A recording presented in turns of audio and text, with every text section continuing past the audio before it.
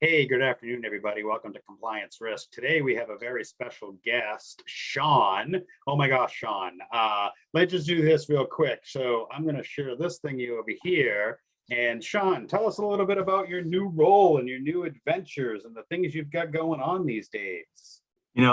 Thank you for sharing that picture of me, because that is probably my favorite Christmas suit that's in my profile. Nice. And I feel like Did you win the ugly sweater award? that's not ugly, Tim. That's Oh. good looking. That's class. Oh, That's okay. a jacket, it looks like. Yep, there's a jacket, the That's a little, turtleneck, like, the red British. pants to match. Yeah. Can I Right. click like view image in new tab? Let's try this, right? So It's still gonna be the circle though. It's like, so regardless, yeah. What do you want to talk about here? Talk about me. oh wait, here we go. This is better. Much better, much better. There you go. There you go. Like, all right, so now, because over here in the little circle, I'm kind of getting like British flag kind of thing going on, and then I really have to zoom in to get the deer and the snowflake. But the wine glass, I can't. It's Santa Claus. I can't. It's Santa on the glass. It's themed. What's in And Stogie makes it all perfect. What's in the glass? Well, Yeah. Tim, I'm a Scotch fan. So a wine glass, every glass is Scotch. It doesn't look like scotch, though. It kind of looks like, is that like eggnog? No, that's his beard. That's the Santa image. Claus. Oh, all right. I got you. Tim, that's what I always like about you, how observant you are and how you're able to craft into things. And so background and a little bit what's going on. Yes, I started a new gig in January. Amazing. Congratulations. Yeah, thank you. I took over as created the evangelist for the Connectwise economy. Oh my God. So everybody that knows who Connectwise is knows they're a relatively large company, lots of moving parts, Yes. plenty of things to offer to the community. And they try their damnedest to get this to everybody as best they can. But again, as being a big company and with COVID happening, things kind of were, they're not quite as easy anymore. Especially, we looked at the largest digital overhaul and migration in the history of what we've been talking about for the last 15 years. Right. I mean, we've been saying 15 years, you're going digital, right? Everybody's digitalizing. And everybody's like, yeah, sure, I'll get there. And then all of a sudden everybody's like, yeah, we have to go remote. Everything's going cloud-based, everything's digital, everything's everything. And you have to be there like tomorrow because no one can go into the office anymore, let alone get a burger at your favorite restaurant or your favorite scotch and whatnot at your favorite Which you know what? And yeah, exactly. Which unfortunately, there's a site called Grizzly, which doesn't exist in PA, and you can order your favorite drinks and they drop it off, which I don't have that luxury here. So Grizzly, What does the Connectwise evangelist do? Good question. So the whole mission behind what we do is to start to educate people on the different pieces that Connectwise has to offer. Right, we have a lot of things we do as an organization that it's siloed. A lot of it is siloed off, and everybody needs to start to connect the dots. And hence why I am the evangelist of the Connectwise economy to discuss the overarching of Connectwise. I see. So you're like the LightBright connecting all the dots to make the one big pretty picture. I love LightBright. Yes, I would make that my new title, the LightBright of Connectwise. Perfect. So yes, that is exactly with the smiley face and all the cool stuff. Yes, a little hair. So yeah, so the beard. Yeah, I have no hair, Tim. It'll be the beard. So Steve, to answer your question, no, yes, that's exactly it's connecting the dots and preaching to everybody what's going on and start to show them where to go for resources as well, right? So if you look at Connectwise, everybody always has known Connectwise as a product company, right? Mm-hmm. Their platform, their product, specific softwares, right? But then nobody really talks about the service side as much. Now people know the services side, especially for one main component, which was HTG, which is now Evolve, right? And so those two pieces alone show you that there's so much more to talk about within Connectwise. So the goal again is to start to bring people into the fold, to educate the people on the other side of the aisle as to, hey, we have this also, guys, don't forget. And yeah, so my job has been pretty chaotic and busy and great all at the same time. It's a new venture, so it's fun. Nice. But and I've got to meet, I'll tell you what, if people aren't, I've been involved in a lot of peer groups. and this is not even like me selling because I have no sales quota for any of this, so we're clear. I went to Jumpstart for Evolve, which is the first 2 days before you're assigned to your team. And it was ridiculously impactful as a peer group. Nice. In a whole different way. Like, we've all been around long enough to know this. You get into a group and are like, hey, let's talk about benchmarking numbers, right? Because that's where you're going to grow. Right. And whether it's growing through meeting better vendors to work with or to resell, or learning better practice on sales and marketing or operations, that's what you go for, right? When I Jumpstart and Evolve, they dig way deep into like, why did you even start your business? Nice.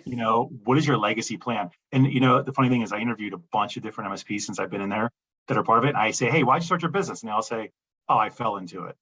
And it's like, okay, you never fell out of it. You're like, why are you still there? Like, it's not the same thing, Well, so you make a really good, interesting question about why do I run a peer group, my peer group's all around compliance, looking at IT Nation, I Evolve, looking at that kind of, why did I start compliance risk? To answer your question, is to take the 20 plus years of this crap in my brain and give it back to the next generation. So in 5 to 6 years, I don't have to do it anymore. Yep. It makes sense. That makes sense. So in Evolve, they would say, what's your legacy plan look like, right?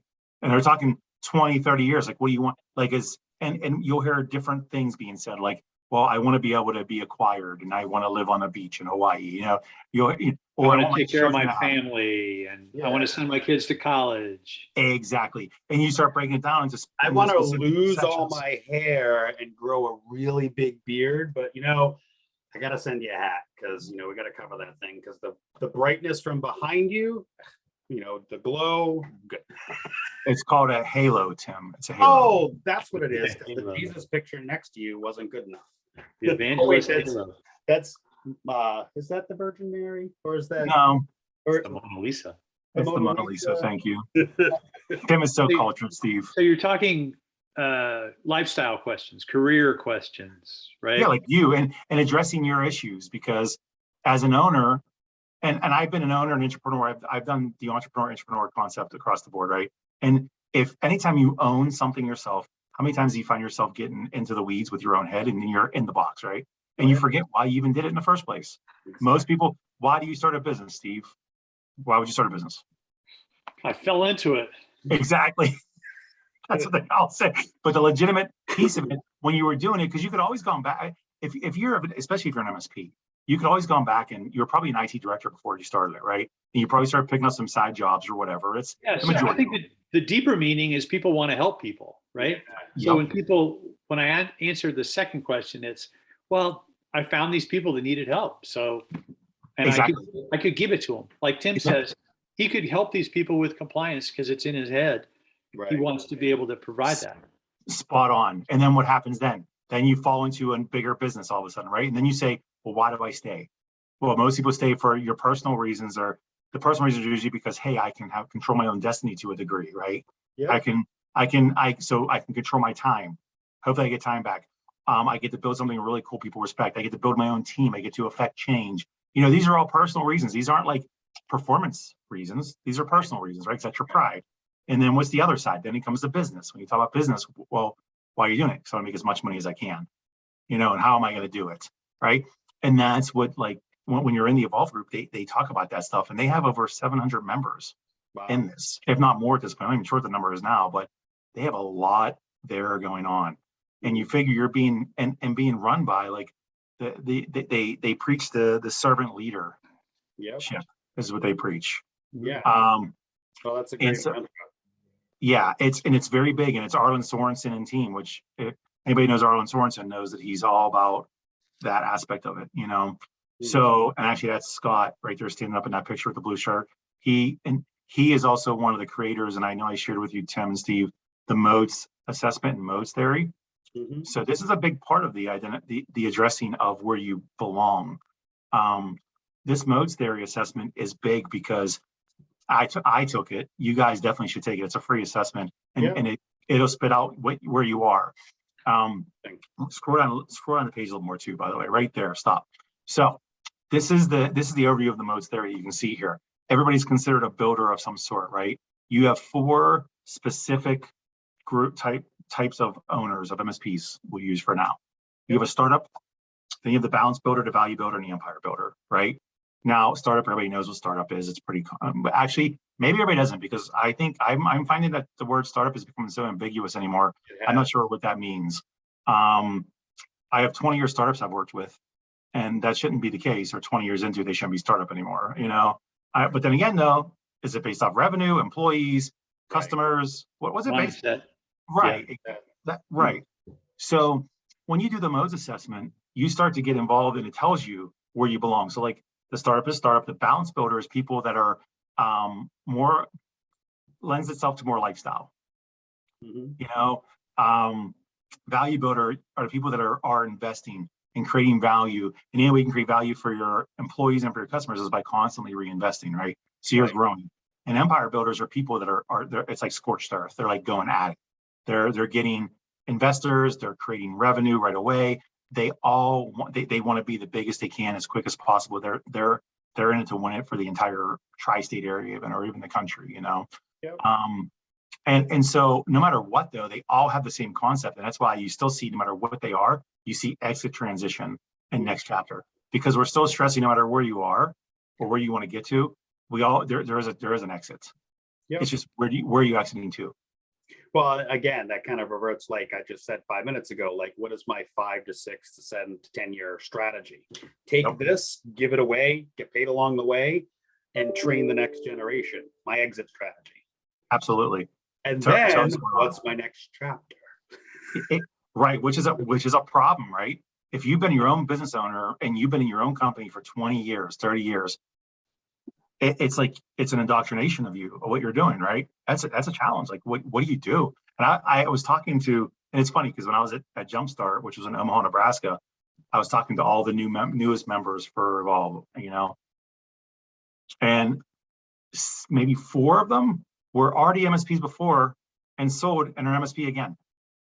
Like they're back at it because the one guy was like, I didn't really know. I didn't really have any hobbies. This is my hobby. I love this. I'm like, okay, what do you do when your day to day? We are creatures of habit. We know that, and when your day to day is this, and this, how do you change it?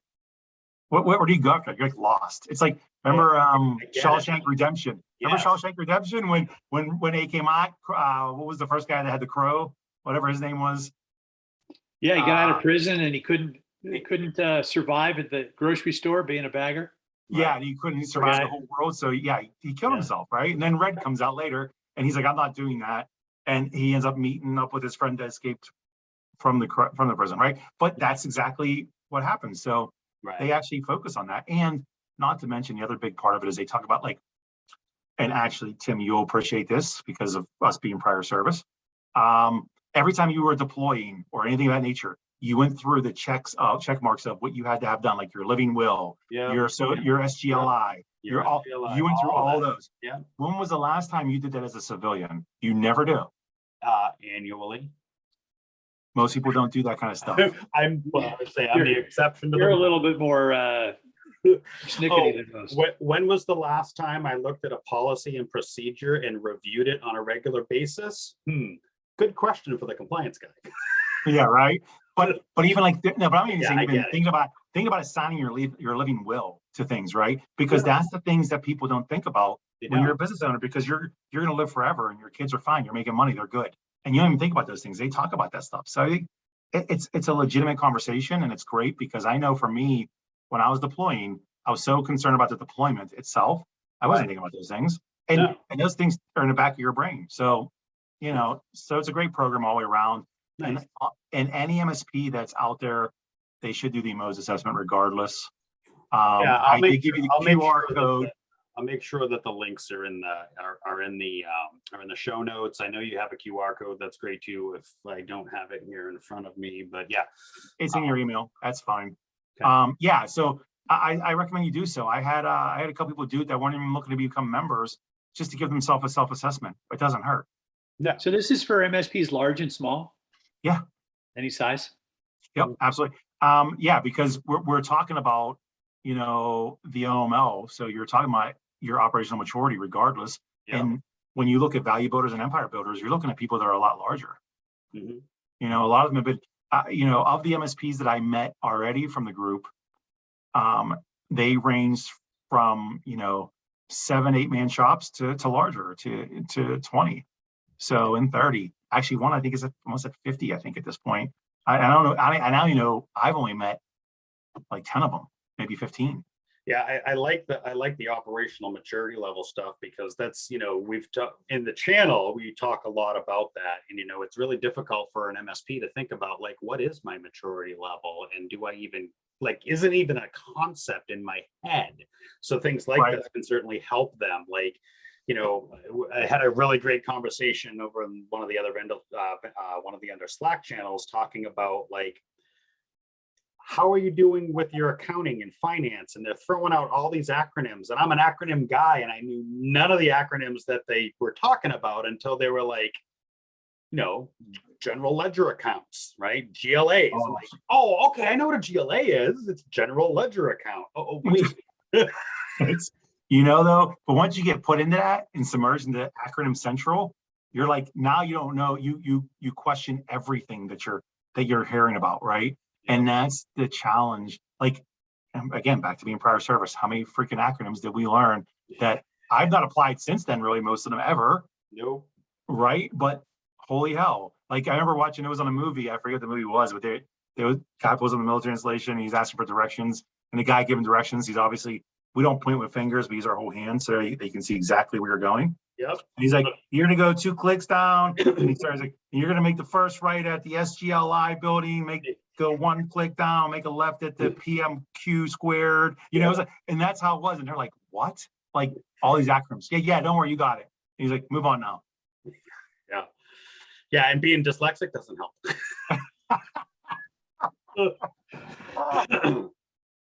Yeah, right. So starting out of my IT career, being highly dyslexic and can't spell worth a crap, and still to this day, like, at least all of my variable names were consistently misspelled.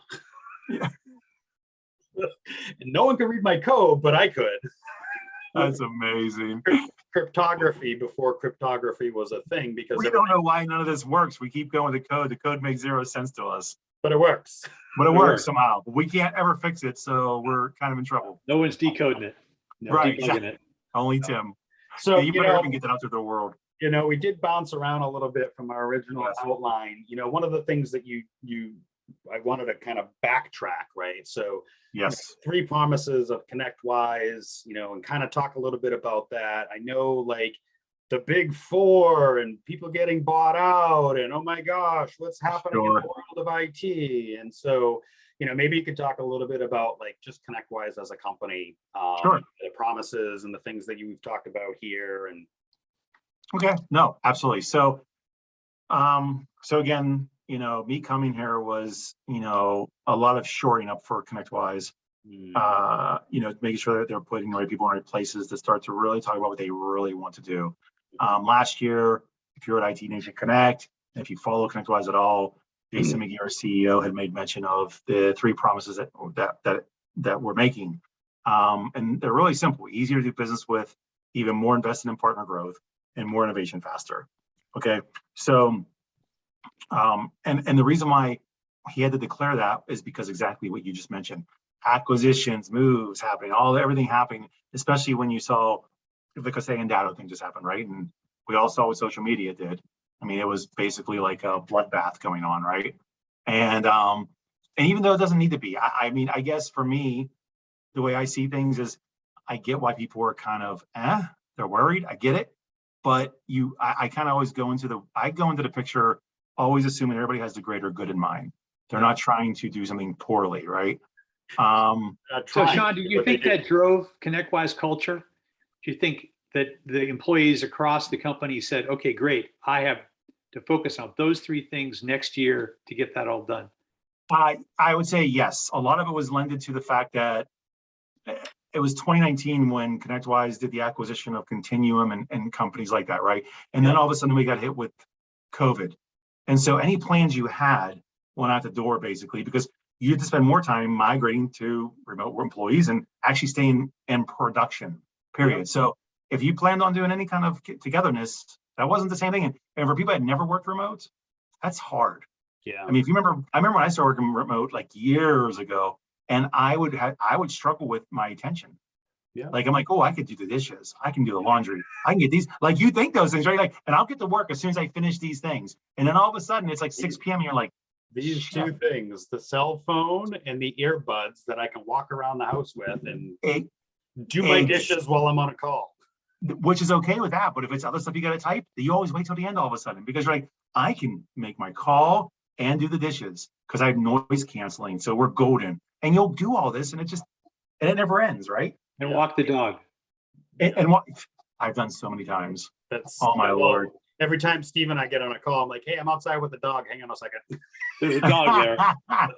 Right? My dog, he's passed out right here. So yeah, the fact is though, you start doing this stuff. So you're talking about a company that had to then take what became a very a sizable company that became a very large company after that, doubled in size. And so they and the powers that be and the people said, hey, we need to regroup, we need to get this together. We need to make sure that we follow through on everything you can, and be as committed as possible. Transparency is crucial now at this point, It makes me wonder. I've been listening to, because I don't like to read, I like to listen because I'm an auditory, listening to Blue Ocean Strategies, right? And they talk about having this company strategy and having, creating these blue oceans. I won't get into all the gory details, but the idea is, here are 3 promises that Connectwise is making, right? They have a strategy. They have a thing that they want to do. They want to focus on easier to do business with. They want to focus on investing in partner growth and innovation faster, right? So those 3 things from the top down, coming with this sort of blue ocean strategy into how do we let everybody in the organization, these are our 3 goals. If anything that we do doesn't align or move us towards those 3 goals. Yep. And by the way, let's throw in COVID in there. Exactly. Well, they're all competitive advantages too, right? Being easier to do business with makes you stronger than your competitor, right? Gives absolutely. Yeah, you're absolutely right. And what it does is it forces you to be transparent with each other about what does it take. Right. Like Jay McBain is a friend of mine, right? And he writes all this stuff all the time about everything he can, right? Yeah. And he's always challenging the status quo if he can, the social norms, even though he's on the fringe always, because he's also a troll. He loves trolling people. So, it makes sense for him. Yeah. And he put out, at one point, a report on like what to do to, as far as partner and vendor relationship, what's kind of relationship you should be looking for. And those were listed in there. Yeah. Not necessarily, and not in exact language, but it was the same thing, like be easy to work with. Yeah. Be able to, know that invest in your partners. It's already there, and really we talk about innovation. If you're whether you're a smaller company or a larger vendor, you're constantly looking at innovations, right? An innovation can be something as simple as you add on a new red button that says easy, click here, that's innovation, regardless. Right. And everything lends to each other, right? At the end, they all lend to one another. Yeah. So when I think from the MSP community, we obviously want, the transparency. We want to be able to work with our vendors in the space, those that provide the services that we need to use to deploy to our clients. We want that not to just be an easy button, but to be a true partner, right? Invest in our growth to help invest in your growth, right? I think I see this a lot with some other vendors, and there's like a 50-50 split with good luck with that versus there are some really great vendors in the channel that really partner well with their MSP and give their MSP everything that they need. I won't mention LifeWise, but LifeCycle, for example, but our friends at LifeCycle, like their job is making our customer success better by giving us the great customer success. Absolutely. That was a great pitch. I like that. That was really, you slid it in really nicely. I love Alex and Marnie and the team over there. They have a really great product, but I agree. Product aside, like takeaway product, it's the people you're working with that are willing to help you and be there to get things done, right? Yeah. And that's always the challenge when you deal with and again, every company will have its times when something will happen, right? It's a fact. It's just like your cell phone. You get an update on your cell phone, all of a sudden that update jacks something else up and you gotta wait till the bug fix comes in and there's a new update. So, and that's using every major company in the world and every small company. It's a known fact. I find it to be challenging when people have a set of expectations for a vendor they don't have for themselves and act like it doesn't happen to them. Because even as an MSP, it's not like an MSP is 100%. There's issues they have because we're people and technology exists. There's too many variables to be 100%. It's a fact. Yeah, I'm going to steal one from Jason Segel's line, and it's do the right thing always, right? Yep. Rise tides. We hear these things a lot, but that's the thing. Like, isn't that a Ted Lasso quote? Maybe. Maybe. But that's the thing. Like, at the end of the day, we're all humans. We all Yep. put our pants on the same way in the morning. Well, some of us that wear pants, but I I'm was usually in shorts. I was confused when you said the pants thing. Like, this is why we're from the waist up, right? So, right? we're all humans, right? And Yeah. I say this to my clients all the time. Like, computers will do exactly what you tell them to do, and if you tell them to click on a baloney link and install something, it's going to do it. It's a tool. It's a mere tool. It's like taking a shovel and digging a hole. The shovel wasn't going to dig. Right. You did that with a tool, and it's fine, but I love this space though. I mean, Tim, you see me everywhere. I enjoy. I have a lot of my friends are MSPs or IT guys, because for the same point I told you when you started this call, how nothing is working right now because the IT people did a update for me, and it's like whatever. So yeah, they're my friends anyway, and Right. it's a great symbiotic, like, for lack of a better term, it's a great symbiotic shit talking session every single time. There's only ever been one other vertical, for lack of better terms, where I've had the camaraderie that I've had in the MSP space, and that's the military. Yep. I've been in a lot of different industries and a lot of different verticals for all my life. IT's been the longest that I've been in, obviously, but that camaraderie, and we can talk shit because we do, right? Yeah, absolutely. And, there are people in the space that are, the gonging clang, the loud note, whatever, but the camaraderie amongst not just what I see in the vendor space, but also what I see in the MSP space. You look at it, I won't get into the dumpster fires of Reddit, but whatever, but you look at some of these groups and people coming together for a common good, and that's taking what we know and helping others with a thing, right? I totally agree with that. I mean, and again, a case in point would be when I worked with our IT boy, Ray, very active in the community, both of us. We've always been. And, Ray isn't a marketing or sales guy. He's a technology guy, loves what he does, builds great systems and builds processes and likes to help people. That's his angle. That's what he likes. Right. So, and I guarantee he's got a VoIP doc someplace on everything. Every single dude. There's a doc for the doc on how to make docs. How to write a doc. Yeah. Like, if you ever want to see somebody, I mean, like, Webster Dictionary has nothing on him. Encyclopedia Britannica, nothing on him. Like, oh my Lord. But that works, right? And what that did for somebody like me is it gives me a link every time Tim asks me a dumb question, because Tim has dumb questions, by the way. And I'm like, here, Tim, here's the link, dude. And finally, after like the 80th question of, hey, Sean, how do I provision this phone again? Or like, where do I find this thing in the billing platform again? And after like the 80th stupidish question, I'm just like, I have a bookmark. I'll just go here first. And if I can't find it in 5 or 7 minutes, I'm dumb. No, I mean, then I might actually ask the question, right? Exactly. But that's good though, right? And that's what you want. Like, first you want to know I was going to help you. Back to vendor and partner relationships, right? Yes. First, you want to know, even if you had a question that you even knew the answer to, and you just want to ask to see how I reacted or my team reacted, it's a good thing to do. It shows you who you can count on, because there will be times when stuff will happen that's out of the norm. Yep. Right. I mean, back to, you look at last year when all the ransomware attacks occurred. Mm-hmm. They had DDoS attacks and everything else that took place with huge telcos. Right. And all of a sudden people had no service. And when that happens, that's not my control. That's not your control. That's something that happened well above our heads. Right.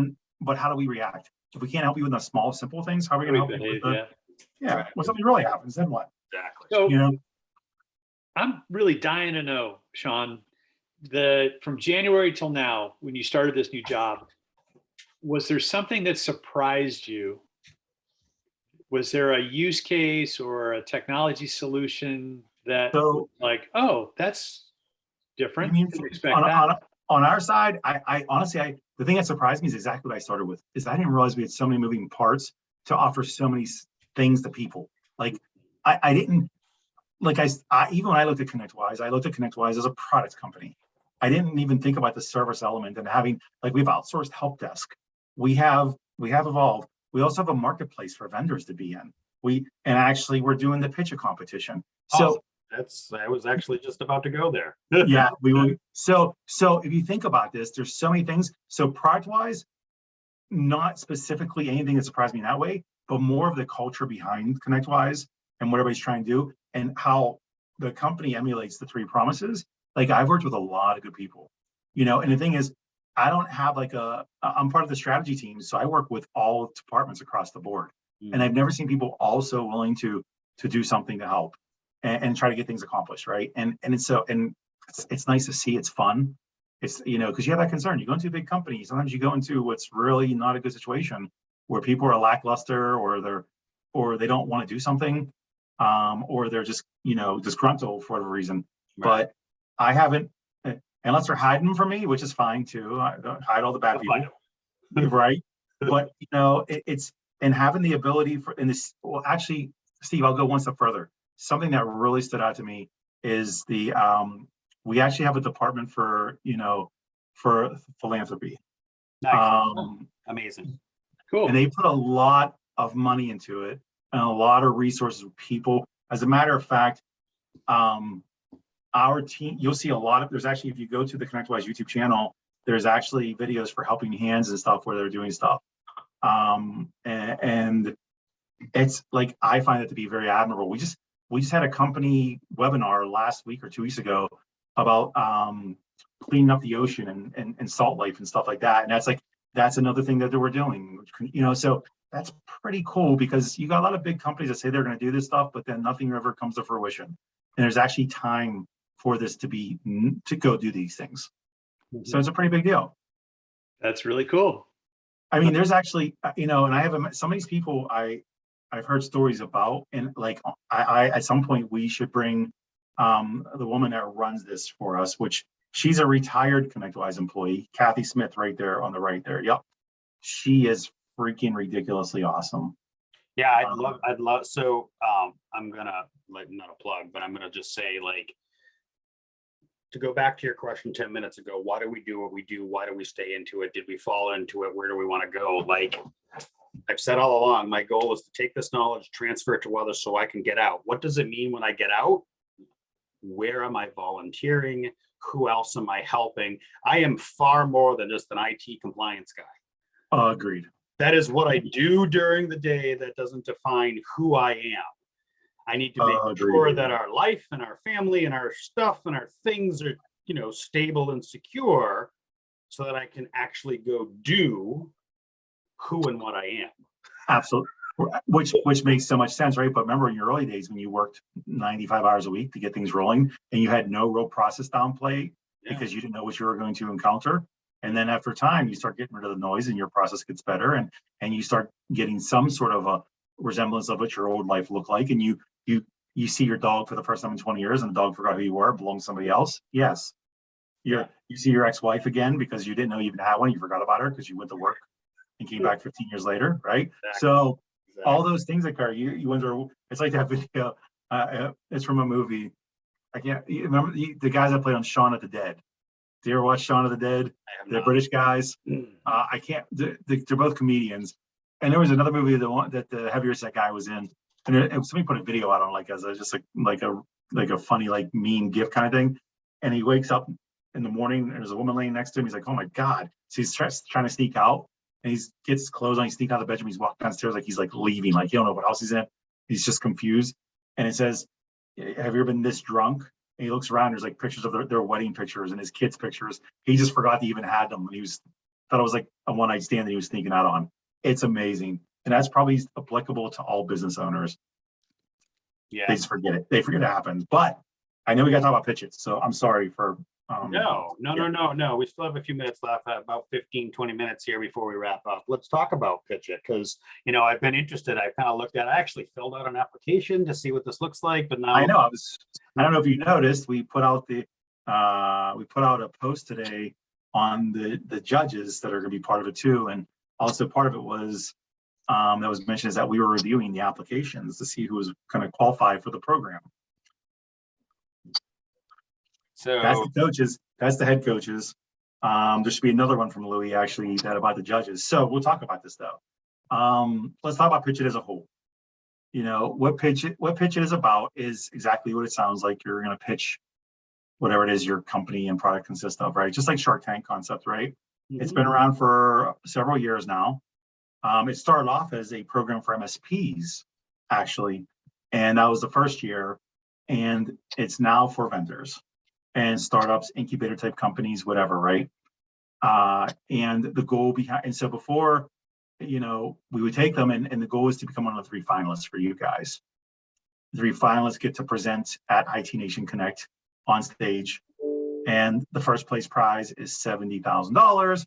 Nice. The second place prize is $30,000. Now, granted, $70,000, that's great money. It's a good thing to invest in, but but Pitch It has become far more than that at this point. We designed this in a way that there's a 16-week accelerator program, and we're here to teach. That's actually one of the coaches in the middle of the guy. That's Gene Rich from Traceless, but he's an MSP, by the way, for like 18 plus years. Wow. So we designed this in a way so that there's an accelerator program and we're going to have several different things that are occurring here. We have the 3 head coaches that you would just show on your screen, and they will be part of the managing the 3 finalists after the 16-week accelerator. But you can see already you have Jameson West, which dude is freaking amazing. Even though like I make fun of him on social media, he's like a good sport, but he's like seriously, he's a hustler. He's so good at knowing businesses. He at one point owned 4 MSPs. Wow. He acquired several of them and went in. And then he exited and became a vendor and a coach and everything else. And then, like I said, you have Gene Rich, which was last year's winner from Traceless. And then Callan Sapien, which he was part of the first year's winner. All 3 of them have won Pitch It, by the way. Nice. Jameson actually judged it 2 years, won 1 year. He was actually the judge last year for Gene, and all he wants to do is beat Gene now because he's so impressed by Gene. He has to beat him. So they will be the head coaches, but the head coaches don't kick in until after the 16-week accelerator, because the 16-week accelerator program is going to be handled by Cameo coaches. So we got a lot, which will be announced. All the coaches will be announced over the next week or 2 here. And they're all, I can tell you now, they're all thought leaders. They're all practitioners in a space. They're all people that are well known. And they all represent a certain sector of what your business should know. Because the goal of the 16 weeks is it's only 16 weeks. We can't redefine you in 16 weeks, of course, right? But at least you can start to understand where your gaps are and get some coaching from people that know how to do it, right? Oh, I'm never going to win. Jay's a judge, right? Yes. So the 3 judges, here they are. We just announced them today. Yeah. Juan Fernandez, Allison Francis, and Jay McBain, which again, all ridiculously well-known people that know what they're talking about. Good group. Yeah.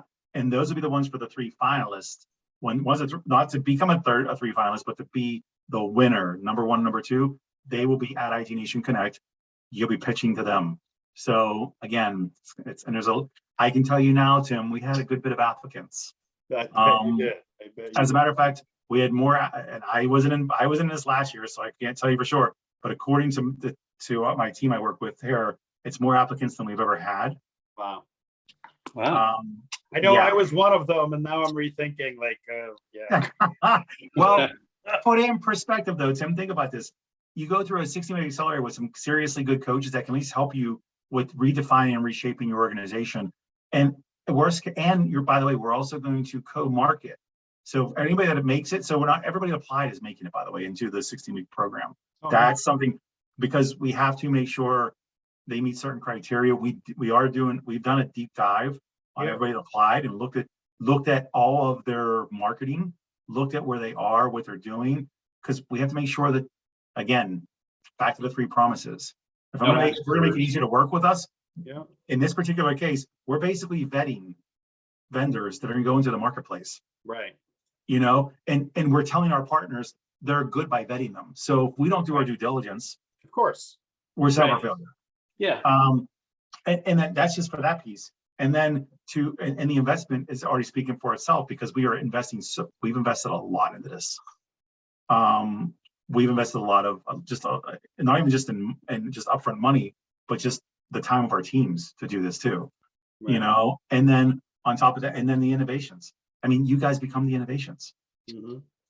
There's not a single company out there today that has one product that supports everything, right? There's not one. There's not one.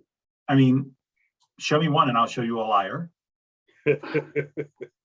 Yes, but us MSPs want a single pane of glass for everything we do to fit on my iPhone screen. or any every phone, client and every use case. or any phone. It's not just your iPhone. It's your Galaxy. It's your Google Pixel. It's whatever. It's maybe even a Windows phone from 2002. But I want it to work. Shall I grab my BlackBerry? Oh God, no. I have a friend that still uses that, dude. He still uses BlackBerry. He loves it. I don't even know how. I was like, I remember when the BlackBerry touch screen came out. oh, And it wasn't a touch screen. It had a screen that would click. The whole screen would click. So it wasn't like you're doing now. It was like click, or you'd click in the corner. It was all. I think I remember that. And yeah. So again, no, that's so. I would suggest, as far as MSPs that are already with Connectwise, to go into the marketplace and look at our partners. Nice. We have a lot of really good solution partners in there. Everybody from Acronis to Lifecycle Insight. There's your plug. But it covers all sectors of the business that you need to do. Again, because what's one of the biggest challenges of MSPs is understanding their stack, figuring out what they need to be a complete solution provider. And by the way, you see the top of that banner right there? Scroll back up for 1 second. Just scroll up a little more. Oh yeah, go to it'll eventually get there. You can see there, well, there's traces. That's last year's winner. And you're going to see also, there's a banner right there, pitch it. So all the people that make it into the accelerator program will be on our marketplace while they're involved in pitch it. Nice. So, and that's a good thing, because that gives partners access. So it would behoove all the vendors to promote this stuff, because it's free publicity.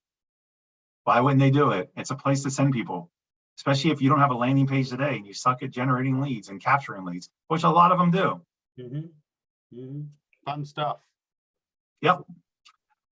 So very cool. So let's recap real quick before I jump on my next call. Yes. Hopefully we'll see you on Tech Bar more, at some point in the near future again. I miss, the banter on Tech Bar, but I'm so glad and happy for you in your new role there at Connectwise. I'm looking forward to what you come up with in the whole evangelistic scheme. So, you're already seen it. Pitch it. We redefined pitch it this year alone. This was all part of it, and you'll see. And if you notice, the promotion of it is starting to get better and better. I just make people aware these things exist. I can lead a horse to water, but I can't make it drink. But at least I can start leading you guys out of water. That's the goal. Tell you it exists, show you where to go, stop acting like you don't know, and that's the thing. And so, yeah, I'm looking forward to it. But yeah, and even with Tech Bar, Ray, I told Ray I'm open. Just gotta let me know when you want me to be on, man. Well, we're glad that you came on and gave us a few minutes today. Thank you so much for your time. We're looking forward to seeing what comes out of Connectwise, what comes out of Pitch It, what comes out of Evolve. We appreciate your time and effort, and thank you so much. Any parting words, Mr. LightBright of Connectwise? Connect those dots for me, will you? That's exactly what we're doing. No, I suggest that if you guys are ever trying to figure out in any capacity you would want to work with Connectwise, or just, you can reach out to me first off, by all means. I'm everywhere on social. That's not a problem. I'm within every MSP group on Facebook. So all you gotta do is tag me, or even ask Tim, because Tim knows how to get a hold of me. But no, the fact is always stay improving, always stay learning, and even if it's not Connectwise, it doesn't matter. Your job, you take on the responsibility and obligation to support your customers and to support you and your family. So you got to figure out how to do it best you can. Awesome. Great. Great. Thank you. Steve, any parting words? No, just thanks to Sean. That was great. Good rules to remind each other of as we go about our day. Thanks. So Tim Golden, compliancerisk.io. Thank you so much. I'm supposed to say like, share, subscribe, tell your friends, whatever, all that good stuff like we're supposed to do. Anyway. Twitch, yeah. Yeah. Wait, sorry. Sorry, wrong channel. Anyways, thank you so much, everybody. You have a great afternoon. We look forward to what's coming up next.